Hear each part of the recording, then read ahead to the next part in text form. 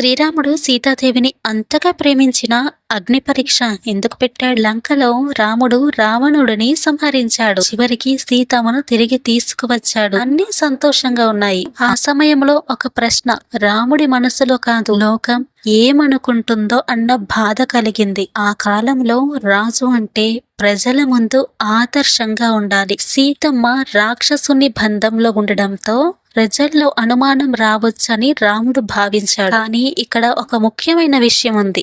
రాముడు సీతమ్మపై ఎప్పుడూ అనుమానం పెట్టలేదు. ఆమె పవిత్రతపై అతనికి సంపూర్ణ నమ్మకం ఉంది. అందుకే ప్రపంచానికి ఆమె పవిత్రతను చూపించడానికి అగ్ని పరీక్షను స్వీకరించాల్సి వచ్చింది. లంక యుద్ధం ముగిసింది. రావణుడు సంహరించబడ్డాడు. సీతమ్మను తీసుకువచ్చి రాముడు ఆమె ముందుకు వచ్చాడు. సీతమ్మ ఆనందంగా, ప్రభు, చివరికి మీరు వచ్చారు. మీకోసం ఎంతకాలం ఎదురు చూశాను. కానీ రాముడు నిశ్శబ్దంగా, సీత, నేను నా ధర్మం కోసం యుద్ధం చేశాను. భార్యను తిరిగి పొందటానికి మాత్రమే కాదు. అది విన్న సీతమ్మ ఆశ్చర్యపోయింది.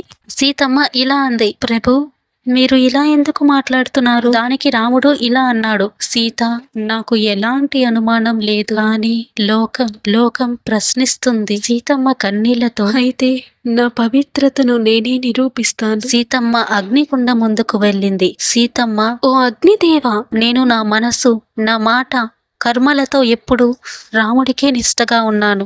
ఇది నిజమైతే నన్ను కాపాడు. ఆమె అగ్నిలోకి ప్రవేశించింది. అందరూ ఆశ్చర్యంతో చూస్తుండగా అగ్నిదేవుడు ప్రత్యక్షమయ్యాడు. అగ్నిదేవుడు, సీతమ్మ పవిత్రురాలు, ఆమెపై ఎలాంటి అపవాదు లేదు. సీతమ్మను సురక్షితంగా తీసుకువచ్చాడు బయటకు.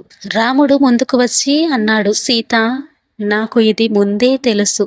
కానీ ప్రపంచం కూడా నీ పవిత్రతను తెలుసుకోవాలి. సీతమ్మ నిశ్శబ్దంగా కన్నీళ్లు పెట్టుకుంది. రాముడు తన మనస్సు కంటే ధర్మాన్ని ముందుంచాడు. సీతమ్మ తన ప్రేమ కంటే గౌరవాన్ని నిలబెట్టింది. అందుకే సీతారాముల యుగ యుగాల పాటు ఆదర్శంగా నిలిచారు. ఈ కథ మనకు చెప్పేది, రాముడు కేవలం భర్త కాదు, ధర్మాన్ని కాపాడే రాజు. సీతమ్మ కేవలం భార్య కాదు, అపారమైన శక్తి, సహనము కలిగిన మహాతల్లి. ప్రేమతో పాటు ధర్మం కూడా నిలబెట్టిన దివ్య జంట సీతారాములు.